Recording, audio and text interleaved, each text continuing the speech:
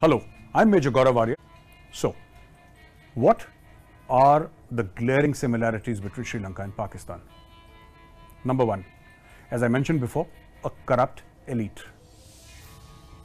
In Pakistan, the corrupt elite is, of course, Imran Khan Niazi, who may not be personally corrupt, but his coterie has been now involved in a lot of corruption cases which are coming out. There are FIRs filed against them.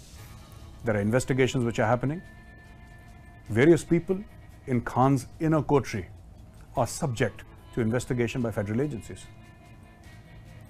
Similarly, in case of Sri Lanka, we have the Rajapaksa family. But going back to Pakistan, Nawaz Sharif, Shehbaz Sharif, his younger brother who is now the Prime Minister of Pakistan, the Zardaris, there is a huge long line of corruption. And this is exactly what China likes. This is what China loves.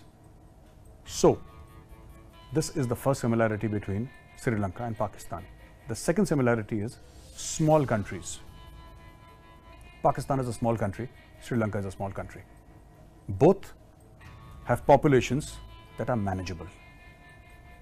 When I say manageable, I don't mean by the countries, I mean by the Chinese. Third, unsettled economies.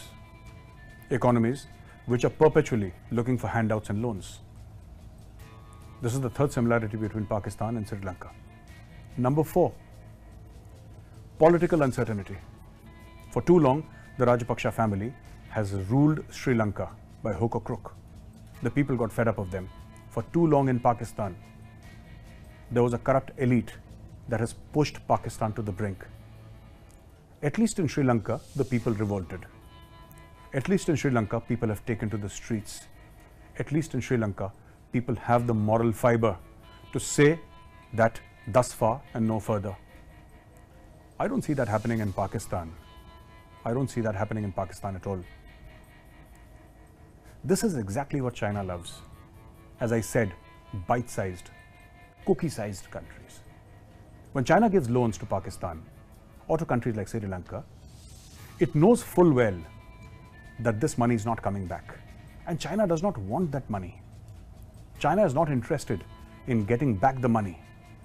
The loans are given at such a high interest rate that it is impossible for the host country to pay back. This is exactly what China did to Sri Lanka and also to Pakistan. It is now revealed that the loans were given at 6.5% to the Sri Lankan government. 6.5%.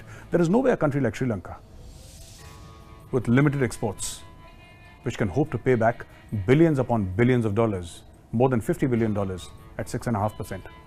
There is no way.